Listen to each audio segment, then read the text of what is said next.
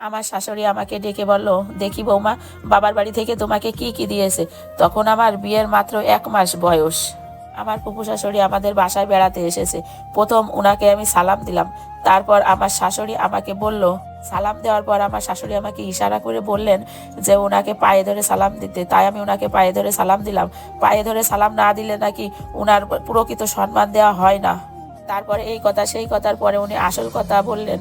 বললেন যে বৌমা, তোমাকে এটা কি দিয়েছেন? এটা এত পাতলা কেন? এত চিকুন চেন কেউ দেয়? এই চিকুন চুড়ি দিয়েছে কেন? বালা দুটো দিলেও তো পারতো। ওই তোমাকে একটা টিকলিও কি দেয়নি?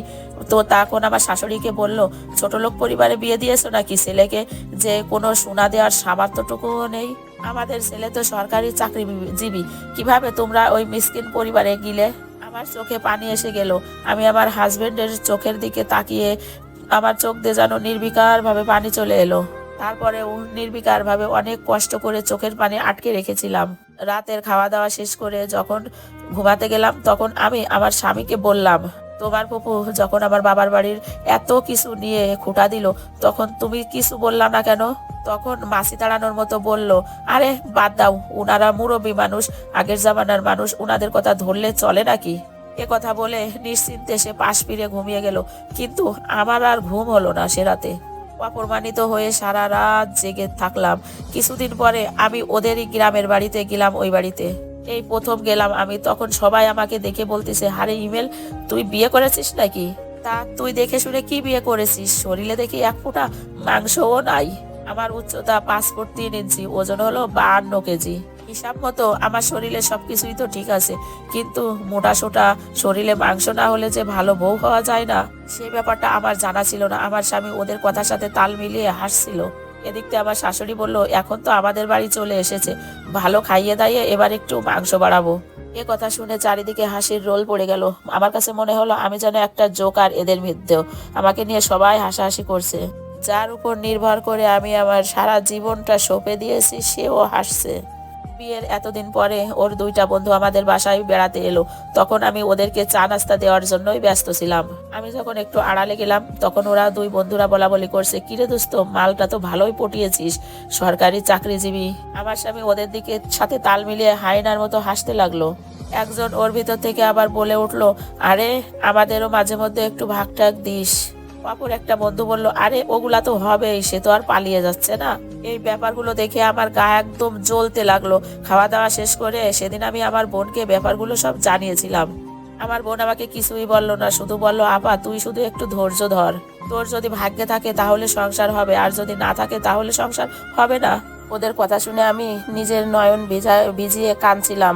এরপর যখন আমি পরের বার বাবার বাড়িতে বেড়াতে গেলাম, খাওয়া দাওয়া শেষ করে রাত্রেবেলা বলতেছে আমার ফুপু আমাকে, কিরে রাত্রি, তোর শ্বশুর বাড়ি থেকে তোরে কি কি গহনা কাটি দিল?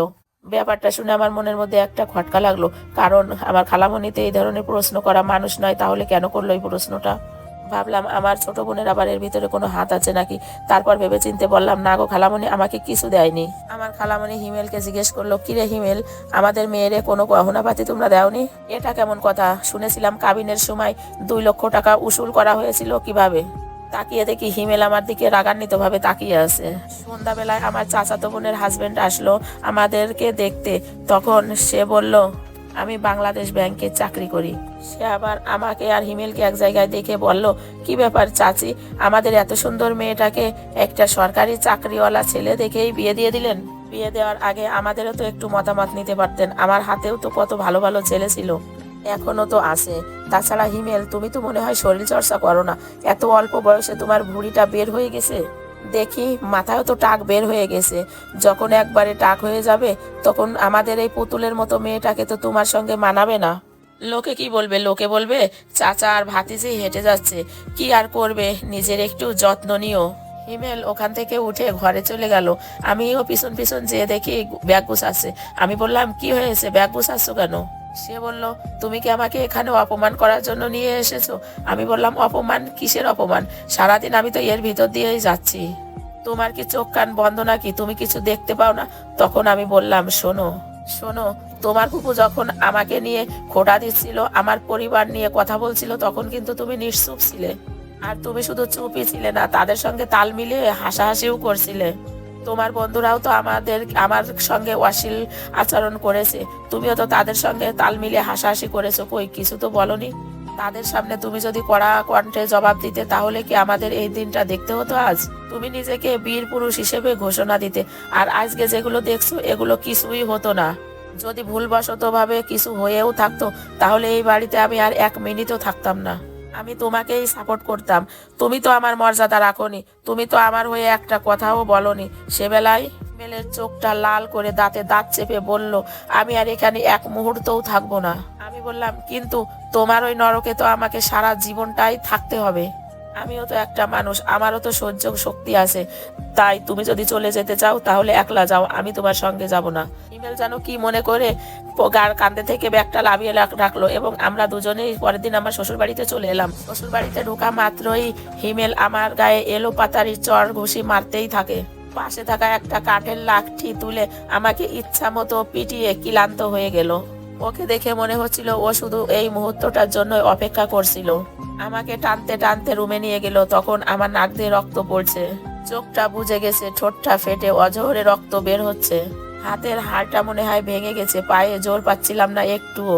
সে বলছিল, শোনো খারাপ মেয়ে, তুমি কখনো তোমার সঙ্গে আমাকে তুলনা করবে না। তুমি তো এই বাড়ির দাসী বান্দি, দয়া করে তোমাকে রাতের বেলায় আমার বিছানায় নি।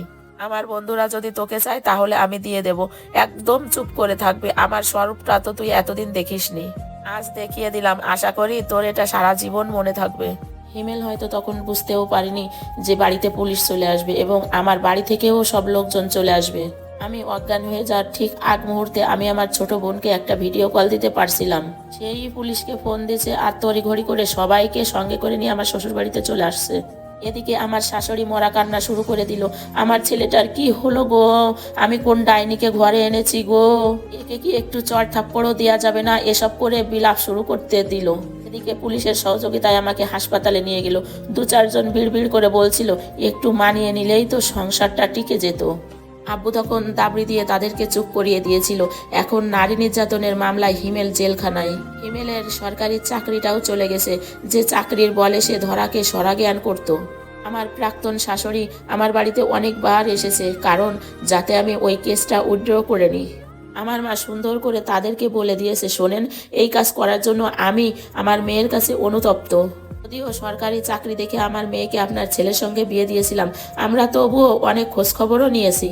সঠিক ইনফরমেশন আমাদের কেউ দিতে পারেনি। কেমন করে দিবে? কারণ ভেতরের পশুটাকে কেউ তো সঠিকভাবে চিনে উঠতে পারিনি। আপনারা যে এত ছোট আর নিচু এটা যদি জানতাম তাহলে আপনাদের ঘরে আমাদের মেয়েটাকে কখনোই বিয়েটা দিতাম না। আপনি আপনার ছেলেটাকে মানুষ করতে পারেনি। আপনি যদি এই মুহূর্তে আমাদের বাসা থেকে বের হয়ে না যান তাহলে পুলিশ ডাকতে বাধ্য হব।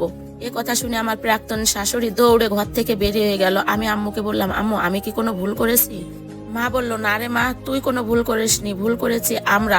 তুই প্রথম থেকে সবকিছু কেন মেনে নিয়েছিলি, আমাদের কেন বললেন না? প্রথম থেকে এগুলো যদি মেনে না নিতি তাহলে আস্তে আস্তে এগুলো বাড়তো আর তোর পরে নির্যাতনও বেশি বাড়তো। তাই মেনে না নিয়ে ভালো কাজ করেছিস। অপেক্ষা করতে করতে হয়তো তোর ঘরে সন্তান আসতো, কিন্তু হিমেল তো আর ভালো হতো না। হিমেল তো আস্তে আস্তে ওর আসল রূপ দেখিয়েই দিত। তখন সন্তানের মুখের দিকে চেয়ে তুই ওই সংসার ছেড়ে আর কখনোই বেরিয়ে আসতে পারতিস না। আমাদের দেশে এমন অনেক মেয়েরা আছে এমন কষ্ট সহ্য করে সন্তানের মুখের দিকে তাকিয়ে জানোয়ারের সংসার করে।